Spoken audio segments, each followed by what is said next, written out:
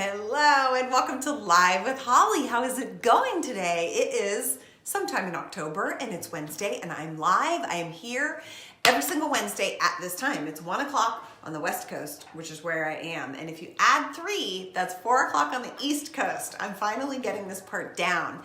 So hi, my whole intention for being here right now is to bring you a very fun topic. I'm so excited about today's topic and you will be too if you listen up.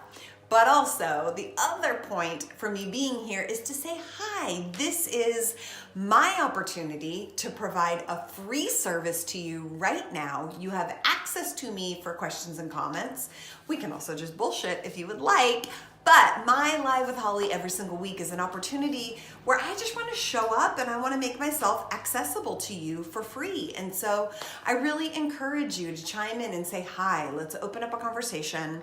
If you have specific questions about fitness, nutrition, strength training, health, any of that, bring them now. You can start chiming in. You can start typing in on Instagram and Facebook. Cindy and Kia are behind the phones. Hi.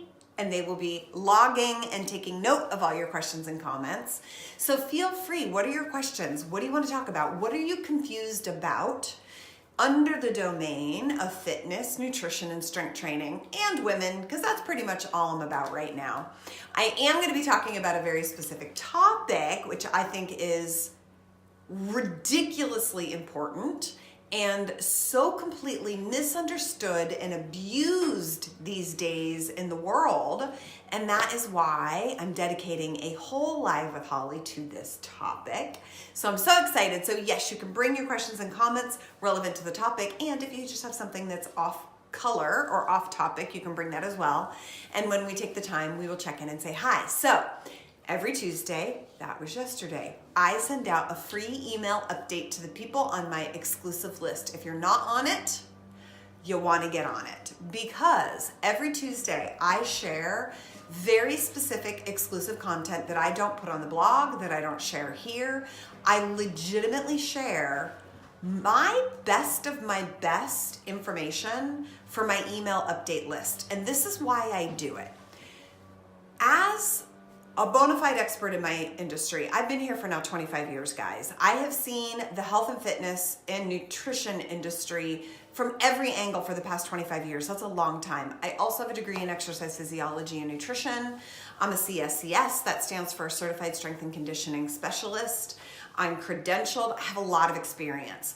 And here's the deal. After you have been in your domain or your conversation for long enough, you start to see things from a higher level. And having been in this industry now for so long, I have cultivated some practices, some theories, and some tricks that are a bit unorthodox, that might seem a little crazy, that are really intellectual and also proven tips and strategies that I know work. In my world, they are laws.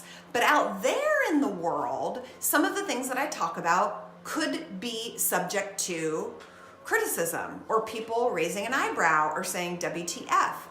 Therefore, what I do is it's my free email update list where I feel at liberty to share the truth with you. The truth about losing weight, the truth about getting lean, the truth about your immune system. I reserve that most honest information for this email update list. So if you're here with me, if you're interested in my conversation, if you're not already on my free email update list, I really strongly encourage you to get on it because it's incredible. So you can sign up on Facebook. You're gonna look up, click the button that says sign up. Instagram, you're gonna have to click the link in my bio, but then there's a tab that says email updates. Punch in your email, check it out. They only come out every Tuesday, every now and then, probably 6 times a year, maybe 8 times a year, maybe a little bit more than that. I send out marketing information whenever I'm releasing a new program or a new product, but the majority of my emails really are content-based, so check that out. Yesterday's email was a good one because I announced the topic that we're talking about today, and I shared one of my absolute best recipes for Cindy's the bass drum roll today. Fast and easy breakfasts that help you to burn fat all day long. So in my free email update yesterday, you got my favorite breakfast that I currently eat every single day to stabilize my blood sugar, to put my metabolism into fat burning mode for the entire day. And that is what we're talking about today. One meal, breakfast, determines whether you are going to underscore, all caps, bold, volume up, whether you burn fat all day long or store fat all day long. For real. What you do within the first hour of getting up in the morning tells your metabolism and your blood sugar what to do for the rest of the day. And if you mess up that first meal, your body goes into a state of metabolism where you are going to store more of the calories that you eat during the day as body fat, as opposed to taking the right action at breakfast tells your metabolism what to do for the rest of the day, and you will burn more calories as body fat. And I know that sounds like, holy cow, how could that be? But it's legit, and that is what we're going to be talking about in this whole session today, exactly why that is. I'm going to share with you the science of why this is. This is not, by the way, one of my notions or ideas. This is proven, bona fide biology that has been proven 8,000 times probably already in the past 20 years. So I'm not bringing you any information right now that's like, where did she come up with this crazy stuff? This is all based on basic biology and nutrition, based on the science of how your body stabilizes blood sugar. And it's everything. It is everything, you guys. The way that your whole system works, your brain, your organs, everything, your energy is highly dependent on having stable blood sugar all day long. So we're going to talk about that science, and more specifically, I'm going to share with you 3 breakfasts that are my go-to, tried and true, proven favorite breakfasts that stabilize your blood sugar. They're fast, they're easy, they're super nutritious. And I was gonna say, let's see, they're gluten-free. Yes, they're definitely gluten-free. They're not completely sugar-free, but they could be vegan. So there are a great variety of ways to tweak these recipes, but 3 specific recipes so that you can see exactly what the measurements are in these recipes so that you can set yourself up with a breakfast so that you're in fat burning mode all day long. But first, any hellos? Who's with us today? We have Nikki here with us. Karen Kapara is with us. Karen, I got your email. I'll get back to you. Misfit Girl. Hi. Fancy Slab said hi, Holly. Fancy Slab? Yeah. Hi, Fancy Slab. Slab, yeah, we're Slab. I hope we're getting that right. Regina's Fancy. here with us. Regina. Design is here with us. Tina. And then we have we had a couple comments here. Hold on, let me find it again. Mallory Perry said, I found out I'm gluten intolerant and I'm having a tough time with it. Okay. Fancy Slept said, thanks, got the recipes, look forward to trying them out. Yay, good. Lisa Alexander here on Facebook. Hi. Hey, Holly. Hi, Holly. Hold on, let me read I can't read the whole thing. Hold on. Yep. It always does that. Holly, I know you're not in the weight loss philosophy of this. I know you're not the weight loss philosophy of this person, Blaze, that I saw on Dr. Oz the other day. However, Oh yeah, I'm curious. hold on, I can't read the rest. Let me bring up the comment really quickly. Yeah, perfect. Take your time. That's all good. So I want to talk first for the comment about being gluten intolerant. So I know it feels really hard at first, but I gotta say, yay, I'm so excited for you. Because when I realized in my 20s how badly I felt from gluten, it was hard to make the change to stop eating it, but I gotta tell you, there's a good likelihood you're gonna feel so much better, and isn't that worth it? Isn't it worth making the compromise? Because listen, everybody, those of you guys that do eat gluten, that wanna stop eating gluten, listen, there's a whole world of delicious carbohydrates out there now that you can eat. You don't need to be eating wheat or gluten. There are oat breads that are amazing. There are almond flour breads that are amazing, right? Remember that rice almond one that I used to eat? Yeah. It's delicious. Whole Food Foods for life. has it. Yeah, health food stores, Whole Foods. I bet even on Amazon, guys, there are so many delicious breads that you can get that are gluten-free now. There's so many ways to live your life gluten-free. It's so easy. I pretty much don't ever eat gluten, and it's not because I'm trying. I just don't eat it, right? If I go to a restaurant, if I really want bread at a restaurant or a roll, I'll eat it. But most of the time, I just don't want it because my body really craves food. And I know some people would consider bread and wheat and gluten food, but I don't. In my body, it just kind of feels like sludge. And so I know it's gonna be hard, but listen, this is a really great suggestion for everybody. When you're trying to make changes in your diet that are restricting certain foods, for example, if you're trying to cut out sugar, or if you're trying to cut out gluten, or if you're trying to cut out fruit, I strongly encourage you to reframe the way that you're looking at it and say, okay, in an effort to avoid gluten, I get to eat oats and potatoes and sweet potatoes and brown rice and white rice and rice cakes and squash and beans and broccoli and what else? Quinoa. And I mean, there's so many other things that you can eat. I so encourage you, anyone, when you're trying to eliminate something in your diet, don't focus on the thing that you're eliminating. Create the massive list of all of those amazing foods that Mother Nature created that you can eat. Because as soon as you've got a piece of paper filled with 150 different foods, it's a whole lot easier to eat all of these. And it's a whole lot easier to forget about the fact that you're trying to avoid gluten. It's whenever we're really focused on, I can't have gluten, what am I gonna eat? I mean, I remember in my 20s, I was like, what am I gonna eat? What am I gonna eat? I can't eat gluten, what am I gonna eat? It's like, there are 50,000 other things that you can eat. Gluten is one little thing, and once you realize and embrace all the awesome stuff that you can eat that will do your body good, you'll forget about the gluten. You'll forget about the fact that you're trying to, not eat sugar or not eat corn or not eat dairy.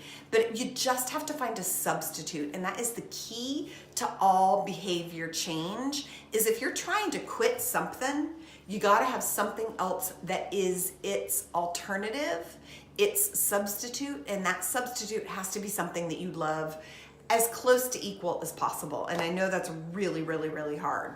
Yes. Lisa Alexander, the question, yes. or the comment again. Blaze. Holly, yeah, I know that you're not a weight loss philosophy of this person, Blaze, that I saw on Dr. Oz the other day. However, if you know about him, I'd love to have your take on him and what's happening on with him. I have no idea. Let's look up Blaze. Can you look him up real quick? Yes, and then Nikki Bristol, really fed. She said, I try not to eat a lot of gluten either. Makes me feel yucky. I'm not super strict about it, but I try. Yeah, me too. Totally. And we have a what's up from Stephen Livings. Hi, guys. Okay, awesome. Yay, I love this. So we're talking specifically about breakfasts that you can eat that if you, first and foremost, what you do the first hour of the morning when you get up is going to determine how your body responds for the rest of the day, okay? If you get up in the morning and you don't eat within the first hour, that spells trouble. If you get up in the morning and you eat the wrong thing in the morning, that spells trouble. If you get up and you don't eat for an hour, but you do scurry to work and then you eat breakfast, still it spells trouble. The best way to approach this is within the hour upon waking, you gotta be putting some fuel in ASAP.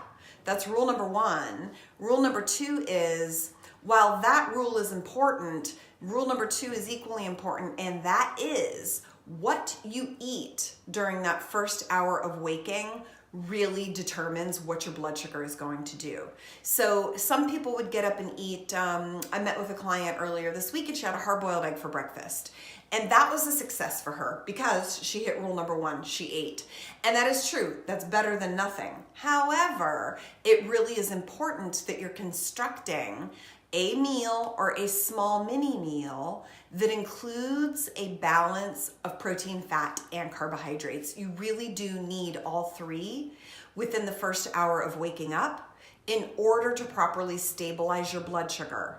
So get this, you have slept all night. Maybe it's 5 hours, maybe it's 7 hours. If you're a good little student, it was 8 or 9 hours. But you have just spent, okay, let's say you had dinner at 7:30 at night, and then you went to bed at 10:30, and then you get up at 6, okay? That means your body has been in a fasting state for almost 12 hours, okay? You had dinner at 7:30, you're up at 6 a.m., let's call it 11 and 10 and a half hours, whatever, right? Close to 10 to 12 hours. So your body has been in a fasted state while you were asleep. You're in this fasted state and your metabolism shifts into fasted state metabolism while you're sleeping. You're in shutdown mode, basically. And this is another very interesting, really interesting consideration. For many years, the medical world couldn't really figure out why we have to sleep, okay? And the science of sleep and the study of sleep is so interesting. What this past maybe 2 years ago, scientists found out is that the reason why we sleep is that your brain has to literally go into shutdown mode so that it can basically flush the toilet of all of the toxins that are in the brain. So it has to shut you down and put you into sleep mode so that it can detoxify. And what happens is while we're sleeping, the brain shrinks in size because it's releasing so much fluid and releasing the toxins out of your brain. And that is why we have to sleep. We have to sleep because the brain couldn't do that if it's functioning and you're trying to walk and talk and breathe and eat and all of the functions that your brain does for you. It basically has to shut you down so that it can restructure itself. So it puts your body into a fasting state. When you wake up at 6 in the morning or 7 in the morning, there is no sugar floating around in your blood. There is no blood sugar, or it's been stabilized by your own body, right?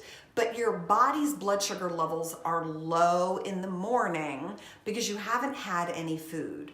And we want that level to not be too low, moderately low. Bottoming out is a real problem, but your blood sugar is a little bit lower. So when you get up in the morning and you sit up out of bed and you start going about your day and the brain engine turns on, your brain is now awake again. It's now having to go into problem solving mode. It's thinking about all the stuff that's on your mind. It's deciding what you're gonna wear. Your brain is now busy. And as soon as your brain turns on when you wake up, it's like flipping a light switch. And all of a sudden, your brain needs sugar because that's what the brain runs on. We need sugar for all of our organs, but specifically for the brain.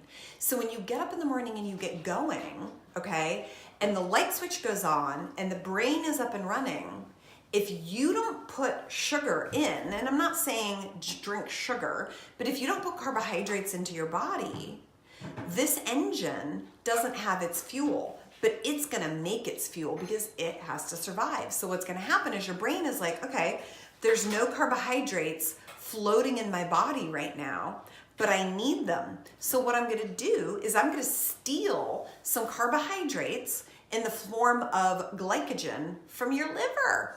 I'm just gonna take some sugar from your liver because my brain needs it. And if your brain wants a little bit more sugar than that, it's gonna start to take some sugar out of your muscles in the form of muscle glycogen, okay? Your brain is like, I'm gonna have some of that too. Give me your sugars, you other organs, because I'm the master organ and I need the sugar. And so what that does is that puts your body into an unstable mode for the rest of the day. And that is what causes unstable blood sugar. That is what causes hunger, energy slumps, and sugar cravings at 3 in the afternoon. Because literally your brain turned this engine on. It needs its sugar. It sucks the sugar from your body if it's not there from your eating. And then your liver and your muscles are left trying to catch up for the rest of the day. And so ultimately your whole body is in this place of needing carbohydrates for the entire rest of the day. So first and foremost, your body needs carbohydrates in the morning, but you don't want to just throw in carbohydrates to feed the brain, because carbohydrates by themselves spike your blood sugar, and when something goes up, it must go down. And so the way that we keep your blood sugar from spiking when you eat the carbohydrates is to also eat the carbohydrates with protein. So when it comes to stabilizing blood sugar, it's the intersection of carbohydrates and protein only. That is what stabilizes your blood sugar. Technically, you don't have to have fat in the mix to stabilize your blood sugar. Fat does not have an impact on your blood sugar, okay? Protein and carbohydrates are important. But for optimal energy and for satisfaction, you want to have some fats in the mix as well. So in the worst case scenario, if you're getting up in the morning and you don't like to eat, and you're getting up at the crack of dawn and you gotta go, worst case scenario, get some protein with some carbohydrate, okay? Worst case scenario. I mean, worst case scenario is just eat some carbohydrates. That's better than not eating anything. Carbohydrates are number one, but ideally what you would be doing is getting some protein and some carbohydrates together. And then if you're able to construct something that you're eating that's also got some fat in there, you're going to feel the best forever, all day long. Let me tell you, I know this sounds like, it seems like old school advice. You know, my grandma told me that breakfast is the most important meal of the day. We've all heard that, right? It seems like old school advice, but it's actually what we're talking about here is very complicated and sophisticated biochemistry at play. And so if you are hungry all day long, if you are slumping hardcore between 2 and 4 in the afternoon, if you are sugar craving like a monster later in the day, if you are punky energy at 6 o'clock at night, I strongly recommend you take a look at what are you doing at breakfast, because it's revolutionary. Now I know that someone or you might be saying right now, but I'm not hungry in the morning. That's something I hear quite a bit. I also hear, I don't feel well when I eat breakfast. I feel the best when I get up and I drink a cup of coffee and I go, okay? I hear those two things somewhat frequently, but here's the deal. You need to then ask yourself, are you having symptoms elsewhere in your life that you're not happy about? For example, are you having a hard time losing weight?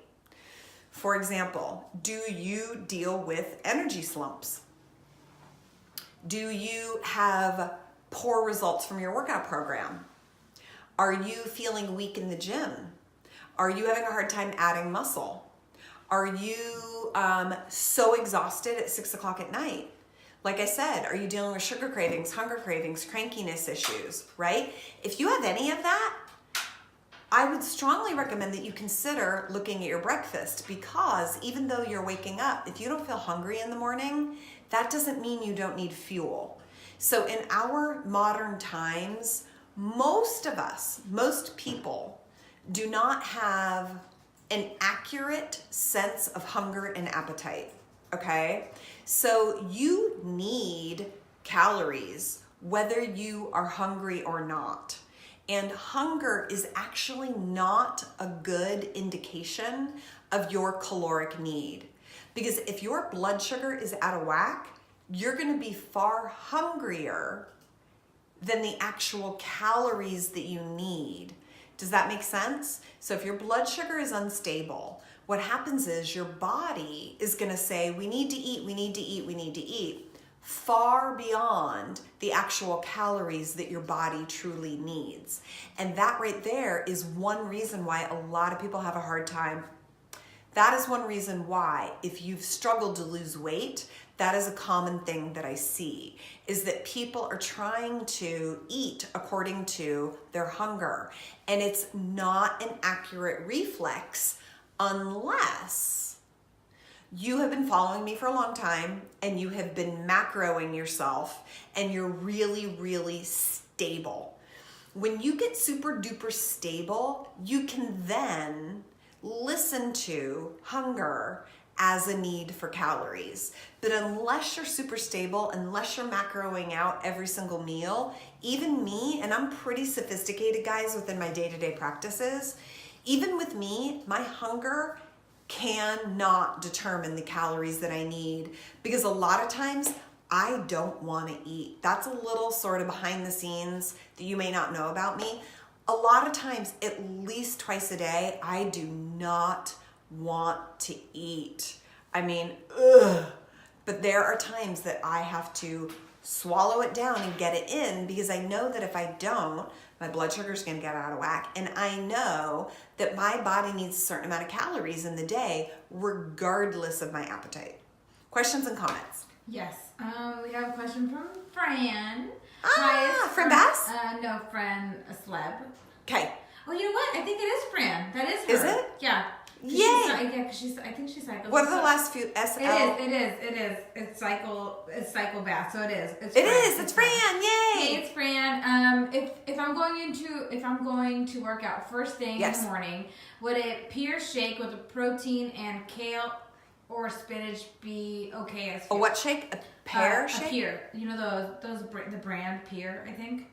Pear shake. How do you spell it? P-I-E-R. I don't know this. Read it again. Would a what shake? A pure shake with protein. Okay.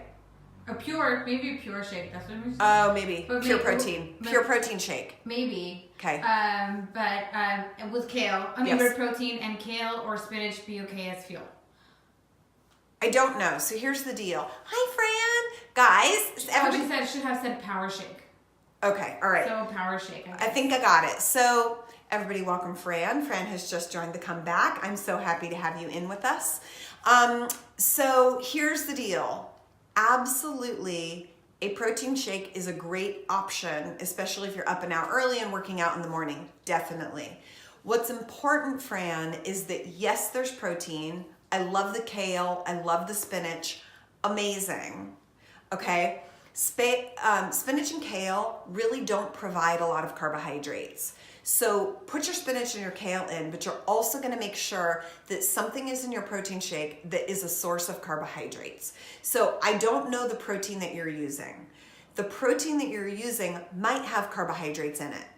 But if it doesn't, then you're going to need the protein, the spinach, the kale, and you've got to add some carbohydrates in there at a bare minimum. And then it would be great if you were adding some source of fat in the form of ground flax seeds, flax oil, almond butter, peanut butter, coconut oil. I put olive oil in mine, believe it or not.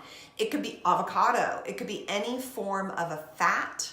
But the key is that you want to make sure that you've got the carbs. So when you look at your handbook for the comeback, go to the nutrition plan, Fran, read that first chunk where I explain what it means to be getting a macronutrient, a macroed approach to your meal. Because what we want to do is we want to plug that protein shake into MyFitnessPal, put in all your ingredients into MyFitnessPal, and then you want to look at the nutrition tab to see what the macronutrient breakdown is on your shake. And we want to get you close to 50% carbohydrates. Okay? The kale and the spinach will never get you to 50% carbohydrates. You would have to eat like 4 tons of spinach and kale to get enough carbohydrates. So I love that you have that in there. But you may need to add some banana. I put baked sweet potato in my protein shakes. It could be any fruit. You can actually add oats into your protein shake.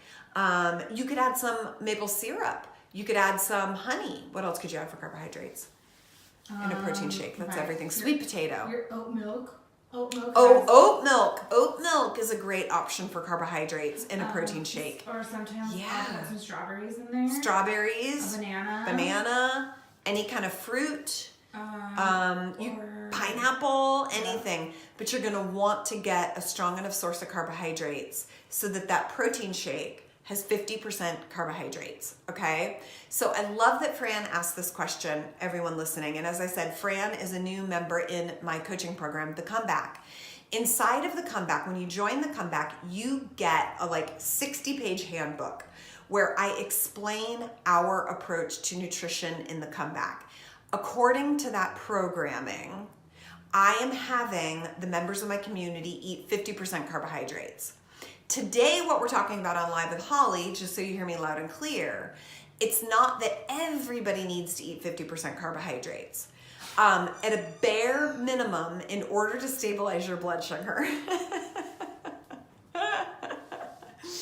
you need to have a bare minimum of 40% carbohydrates as a reflection of your total daily calories. So this is very much in alignment with what we're talking about today. In order to stabilize your blood sugar for the whole day so that you can burn fat all day long. Listen guys, for those of you guys that want to feel good and lose weight, this is like the fastest body hack ever. Eat the right breakfast and you're gonna burn more fat all day long. I'm not making this up. This is not hyperbole. This is based in science and has been proven over and over and over and over and over and over. It's just such a simple approach that no one really fully believes that it's as powerful as it is. It's massively powerful. My life changed. I swear to God, my body composition changed in my 20s when I started eating the right breakfast and getting it balanced out. I didn't really dial in my macros until much later, but it's critical. You will notice if you're currently eating the wrong breakfast or not eating breakfast, if you start doing this and you stick with it for 2 weeks, you're gonna notice profound changes in your life overall. But the key is that what you're eating at breakfast has to have in its contained meal a minimum of 40% carbohydrates. And depending on your athletic ability, depending on your genetics, depending on your daily activity, it could be as much as 65% carbohydrates. I currently eat anywhere from 50 to 55%, but I'm one of those people that quite possibly would do better on 65% carbohydrates. That's a lot of carbohydrates, okay? So if you're active, if you're strength training, I am a huge proponent of getting 50% carbohydrates. And that is why inside of the Comeback, I created the nutrition plan around a 50-25-25 protocol to macronutrients. So I teach people inside the Comeback how to tweak those numbers, but as sort of like a general rule, if you are strength training, a 50-25-25 breakdown is very productive. For those of you guys that are just curious about what to eat for breakfast so that you'll burn fat, you want to get 40% carbohydrates. So in a couple minutes, I'm going to share with you my 3 breakfasts that are I'm going to share 3 breakfasts with you. 2 of them are my go-tos, and then there's a 4th that's my other current go-to that I'm not going to share with you because I shared it in my email list. But I am going to tell you about these 3. One of them is Cindy's go-to. Do you eat this most of the time? What? Your eggs and toast? Yeah. That's what you do most days? I eat that almost not every day, but yeah, eggs and toast. And are you doing your protein oatmeal, your egg whites and oatmeal still? Yeah. Sometimes. Those are your 2 that you go between? Yeah. I mix in between both of those. Yeah. Mine's either the cereal or the oatmeal. And if I'm like on a quick go, I'll make a shake really fast. Yeah, me too. That's where I am too. If I'm like all out of whack, I'll make a shake. Yeah. So I'm going to share with you guys what those 3 meals are that Cindy and I eat that we rotate. Then, listen up. If you are inspired by this conversation, if you want to try out these breakfasts and you want to try out this science, go visit my blog, hollyperkins.com/blog. Today's blog, it says 3 fast breakfasts or 3 breakfasts for fat burning. I forget exactly what it says. If you go visit my blog on my website, I give you the 3 breakfasts and the specific recipes with the specific measurements. I'll share them with you here, but they're all written down for you on the blog. It's just going to be easier for you to get all your measurements on the blog. So on the blog, I've given you the recipes and the ingredients for these 3 breakfasts so that they are perfectly macroed out. So all you got to do is plug in the recipes and bam, you're going to be macroed around 50% carbohydrates. Is eggs and toast 50%? Close Yeah, enough. it It is. is. They're It all is 50, yeah. 50%, yeah. So they're all super duper close to 50, 25, 25. They might not be perfect, but they're real close. And so all you got to do is try out one of these 3 recipes. Do it every day. You got 3 of them to choose from. If you're on my email update list, you got 4 of them to choose from. And plug it in every single day for 2 weeks. Come back to me and tell me how much better you feel. And I would not be surprised if you notice that your body starts to release water and potentially starts to release some weight.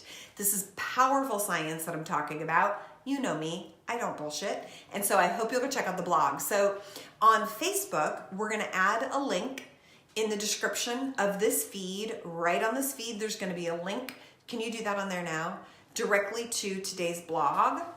And on Instagram, you're gonna click the link in my bio and there will be a tab that says blog. And that's gonna take you straight to my blog. Today's blog is about 3 breakfasts. Scroll about midway down the page, you're gonna see exclusive content and it's gonna have the recipes right there for you. So, and I'm gonna take some questions in a moment, but I first want to announce what those 3 breakfasts are so you know what we're talking about. And then I'll be happy to share the ingredients with you guys here and now. If your memory is real good, you'll remember, but it is 3 breakfasts and, multiple ingredients. And so there's that. But the 3 that Cindy and I go to right now, number 1 of mine on heavy rotation is a bowl of oatmeal with maple syrup, ghee, and cacao nibs, and a side of turkey bacon. So if you go to the blog, it'll tell you exactly how many oats, exactly how much maple syrup, it's a tablespoon, exactly how much cacao nibs, I think it's half a tablespoon, and then 2 slices of turkey bacon. That meal is perfectly macroed out, and it makes me so happy and it's so delicious. If I don't eat it for breakfast, I eat it in the middle of the day as a snack, and that's what I'm going to be doing at 2 o'clock today when this live feed is done. I'm going to be eating my oatmeal. I don't have any turkey bacon. Maybe we won't be eating it today. I'm going to make my turkey. Did you make it? I didn't make it. I'll make it. It's okay. It takes 15 minutes. I love turkey bacon. Yeah! It's okay. So that's breakfast number 1. Breakfast number 2 is a protein shake. Now, there's 14,000 bazillion protein shake recipes you can use. The one we provide for you is macroed out. You can use any kind of protein powder that you like to use. Fran mentioned a kind of protein that she was using.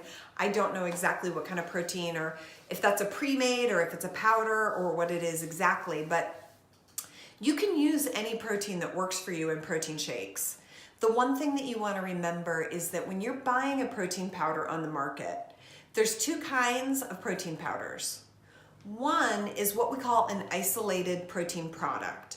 So that basically means it's just protein, okay? It could be egg white, it could be vegan, it could be beef, it could be whey, it could be casein, it could be pea, it could be a million things, but it's just protein. Then there are other products that are really more meal replacement protein shakes. Those have fat and carbohydrates in them in addition to the protein that's in the product. So they put protein powder in it, but they also put other stuff in it so that there are carbohydrates and there are fat and it's a whole meal. So that could be an option where you buy a protein product powder that's intended as a meal replacement, and then all you do is you add water to it, blend it up, and drink it. I don't know of any that are out there that are perfectly macroed. The Orgain shake, is that macroed? Do you know? Sorry. Is the Orgain protein shake, the RTD that you drink, is that macroed? Pretty much, yeah. Shake is. Honestly, it's like, let me tell you right now. I know the bar is. That's okay. Don't worry about it. Keep doing what you're doing. The shake and the bar are very similar. They are. Okay. Yes. It's okay. So there's a product called Orgain, which some of you guys are familiar with, and they make bars and shakes. They make shakes. They have some shakes that are dairy based, and they have some shakes that are vegan. The blue is vegan. Green is vegan is blue. Whey is green. So one of them or both of them are pretty closely macroed. It's what we call an RTD, meaning it's a ready to drink. It's already prepared for you. So the Orgain could be an option. I'm a fan of using isolated protein powders because I like to add my protein. I like to pick the carbohydrates I'm putting in my protein shake. I would rather put a sweet potato in my protein shake than have some manufacturer decide the kind of carbohydrate they want to put in my protein shake. So I like to build mine up, yes. And it's also like, it's only about 220 calories, so it's really more like It's a snack. it's a snack one. More like a snack, yeah. Yeah. So in your protein shake, you can then add whatever protein you want. You can add whatever kind of fat source you want. I put olive oil in my protein shakes. It tastes delicious. It doesn't taste like olive oil. Olive oil is highly beneficial for my blood type. I feel incredible when I use it. So that's usually what I use as my fat in my protein shakes, but sometimes I'll use flax seeds or flaxseed oil. Sometimes I use almond butter. Sometimes I splurge and do peanut butter. I love peanut butter. So yes, any questions or comments while I have you? Yeah, so Nikki Briston, I do just a little earlier. 'Kay. She said I do a pre-workout snack after I wake up, then banana after I work out. My pre-workout is a protein pancake, which I had protein, fat, and carbs. Ooh, share your recipe. Not a lot though because I work out like 25 minutes after I get up. Yeah. Jen That's cool. G. Hi. That is so crazy. I literally have 2 eggs for breakfast and coffee and head into my workout. Jen G, mama. I know. She said, I don't have blood sugar problems throughout the day, and at the end of the day, I have my macros at 50, 30, 20. Okay. Should I experiment with adding carbs for breakfast? 100%, And then absolutely. She also said, I did try a few days of... I did try for a few days for a few months ago and it didn't seem to work very well for me. And then she said, maybe I'm stable at this point. Yeah, listen guys, here's the deal. There are some people that feel better not eating carbs in the morning. There are some people that feel better doing protein and fat in the morning, okay? Jen, if you're hitting your macros by the end of the day and you're otherwise feeling well, you're probably okay.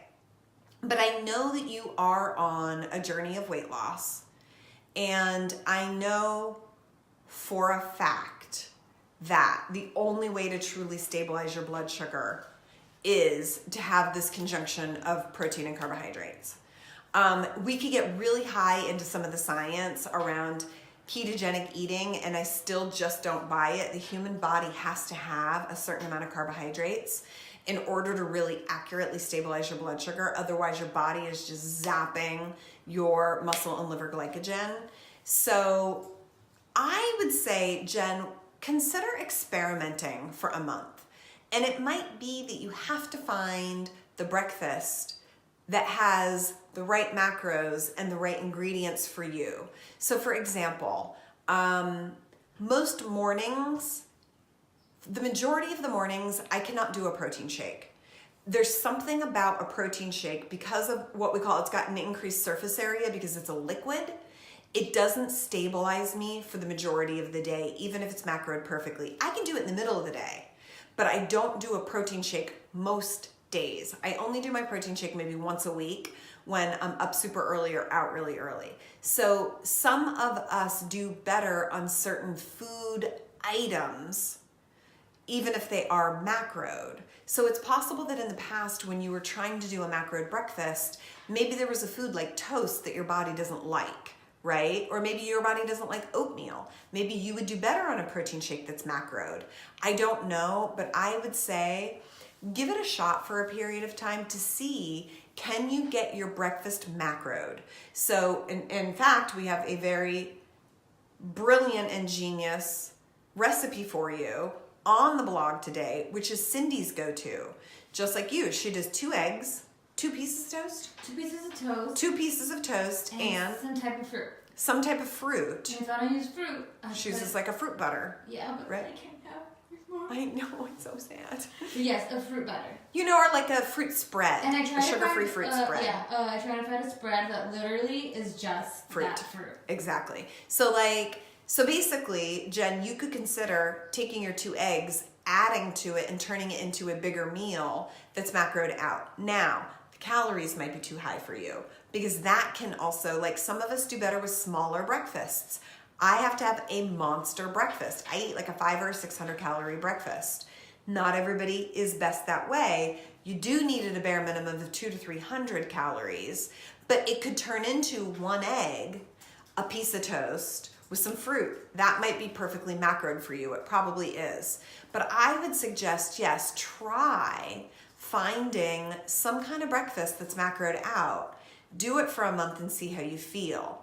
One of the recipes that I did not share in today's blog, because I talk about it so much otherwise, is my Protein Perfect breakfast cake. And so for those of you guys that haven't tried it yet, check out my Protein Perfect breakfast cake. Check out the original version that's made with egg whites, because it's macroed beautifully at about 45% carbohydrates. That's on my blog. It's called Protein Perfect breakfast cake. The original recipe. I've got other recipes too, but the original one is the best. It's raspberry with oats and it features egg whites. Mm-hmm. So Jen, you could consider that, because even maybe like half a piece of that would be perfect to stabilize you. Especially because you are on a weight loss journey, I would encourage you to experiment with adding carbs to your breakfast, because you really are limiting your body's ability to burn fat. And then really quickly, yes, to follow up Lisa Alexander. Yeah. So I found, she gave us the right name. I wasn't able to find anything on Blaze. Okay. It's actually Blake Horton, and I'm pretty sure you probably heard of him. Blake Horton? Yes. So basically this dude has, he eats 4,000 calories per meal and has lost about 60 pounds. That's my formal response. Oh, and so now he's telling everybody to eat 4,000 calories. I'm gonna go off, it's you not guys. Binging, it's intermittent. It's intermittent. Oh, it's fasting. oh God. Yeah. And he said it's what he swears it's helped him shred nearly 60 pounds. I'm gonna lose my Has mind. 358,000 followers on Instagram and is pretty popular. Yeah, sure. I mean, I get it, but here's the deal. Just because some dude lost 60 pounds doing this doesn't mean it's right for everyone, and doesn't mean that it's sound science. I could eat bananas all day and lose 60 pounds, guys. You know, and just because he got on Dr. Oz, just, it makes me so mad. So basically what he's doing is he's doing intermittent fasting. And that means he's only eating 1 meal a day at 4,000 calories, right? He's eating 1 meal a day at I'm not going to go on and on and on. Lisa, I think this is going to give you my response. So here's the deal. Here's my problem with it.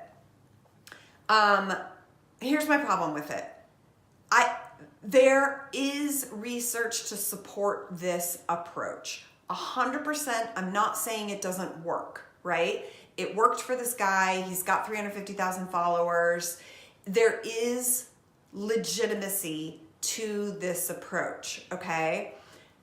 There are also a lot of problems with it. So, and number 2, the majority of proponents, listen clearly, the majority of proponents of this kind of eating are men. Am I right or am I right? How many women out there, experts, do you see like this dude talking about intermittent fasting that are women? Very few, because our biology and our physiology is totally different, and that's why I do what I do, because a woman's physiology is different.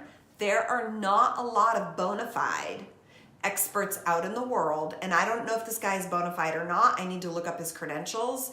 If he's just a dude that lost weight, in my opinion, that doesn't make him an expert.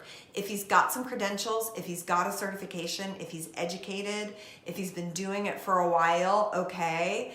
But just because someone has 350,000 followers on Instagram and they're on Dr. Oz does not make them an expert. It absolutely does not. It makes them popular, and that's it. And the TV shows love popular because then they get more exposure. Here we go. I can go on and on and on and on. But here's the deal. Yeah, it's just ridiculous. See, he's eating goddamn donuts and pizzas, and this is ridiculous. And because he's like, look, I get to eat a... He has no credentials. Look at this. I can eat a plate full of meatballs. He's eating 4,000 calories of meatballs. No credentials so far. No credentials so far, we're finding out. You guys are watching this go down in real time. So here's the deal. It's like, sure, does that work? Sure, it could. But let me ask you, is that a reasonable and logical picture of health? Nah. He's not eating 4,000 calories in broccoli. It's just not possible. I'm going to move on. Yes, thank you. Anyway, Lisa, you got my take on that, but it is related to what we're talking about today because this approach to intermittent fasting, the truth is there are aspects to it that are really appealing. And if you were to do it, I don't know what the research shows, but I know that your blood sugar is not stabilized when you're doing intermittent fasting because you do have to ride out the destabilized blood sugar that happens when you eat a big meal. And the name of the game, when we look at, and another argument for what we're talking about today is that when we start to look at the protocols, the diet, the nutrition, and the experts who are talking about health, longevity, disease prevention, and all of that, none of them are talking about intermittent fasting. None of them are talking about ketogenic.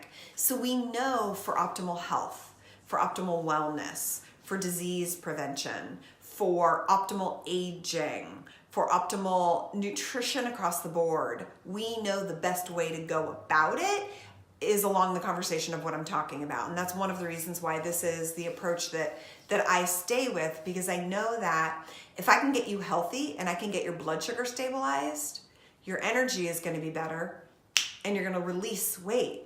You're going to lose weight. It's a very natural and easy byproduct that doesn't really require a lot of wrangling.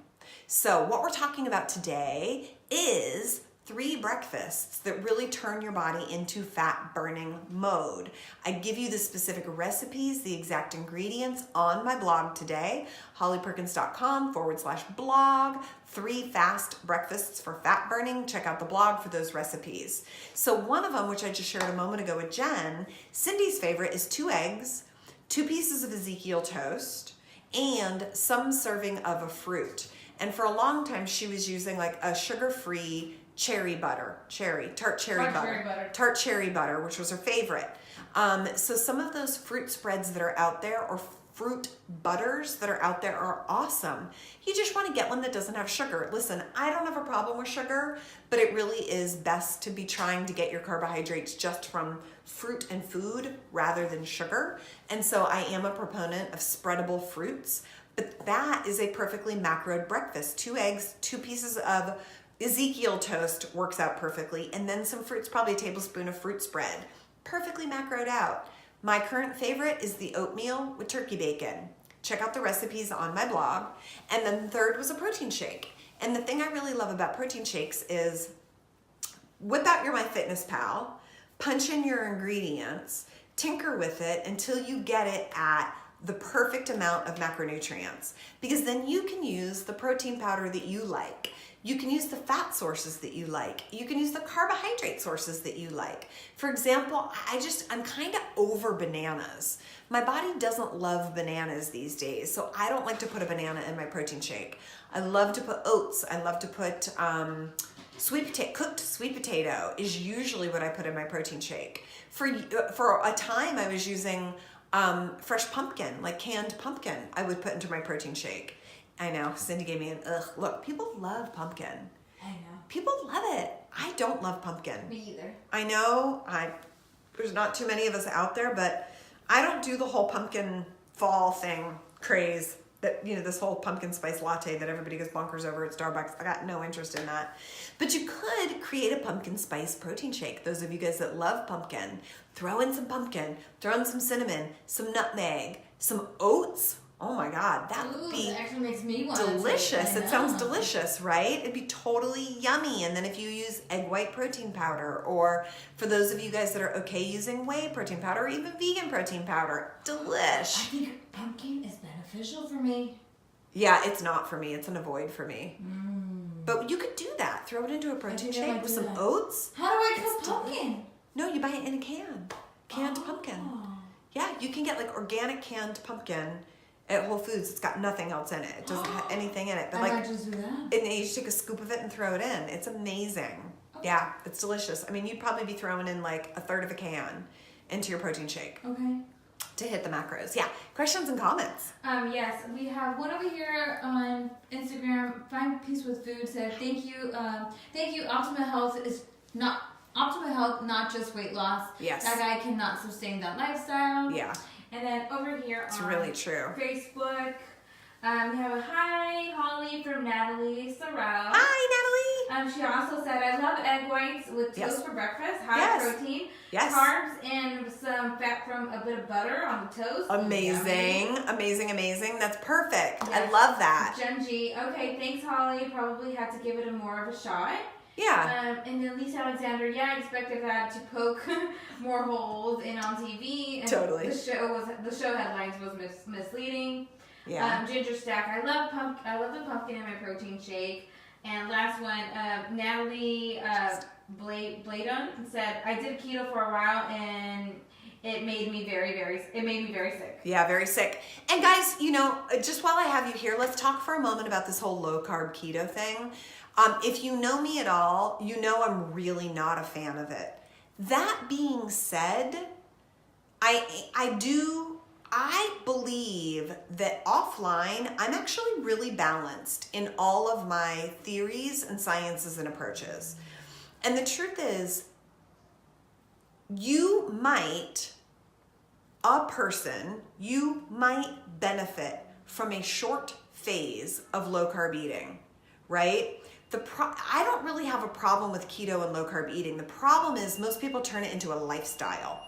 But if you do it for a week or 2 weeks or 3 weeks, there could be benefits for you, right? And some people like it. I think in the long term, especially for health and longevity, it's not the way to go, because ketogenic or low carb lifestyle automatically means that you're eating a lot of protein and a lot of fat, which automatically means you're not getting as much fiber. You're probably not getting enough vegetables. You're not getting the nutrition that you get from fruits and whole grains. And I just think it leads to a lot of nutrition holes that are really, really important. And I have a client right now that I'm working with who was getting ready for a big event this weekend. And we agreed together to put her on a 10-day ketogenic stretch. So I coached her and guided her on this. We specifically identified exactly what her diet was going to be, what her macros were going to be, and we had her ketoing for 10 days. And she feels amazing and it's working. But we also have an agreement that when this event is over, we're cycling her off the ketogenic lifestyle. So there is a time and a place for it, but it's clunky and you have to be really strategic about it. And it definitely doesn't involve this dude on Instagram who's eating a massive plate of turkey meatballs, right? Or a big donut that's 4,000 calories. Like, that just does not equate to health. Sure, it might equate to that guy losing 60 pounds, but it's not going to promote your health, and it's certainly not anti-disease, certainly not anti-cancer. And so I just think that the healthier we are and the more we eat in balance, the more naturally you're going to be able to raise your energy and lose weight. Final questions and comments. No, and then we're finishing up here, so we're going to close Awesome. it off here on Instagram. All right, guys, I will see you next week. Make sure you visit me on Facebook for all previous episodes. And on Facebook, if you are watching this in playback, do know that you can always leave your questions and comments below. Eventually, we will circle back and get back to you. Make sure you sign up for my free email update list by clicking the sign up button above. That's going to give you my free email updates every Tuesday to give you more of the information along the lines of what we talked about today. I'll see you guys next week.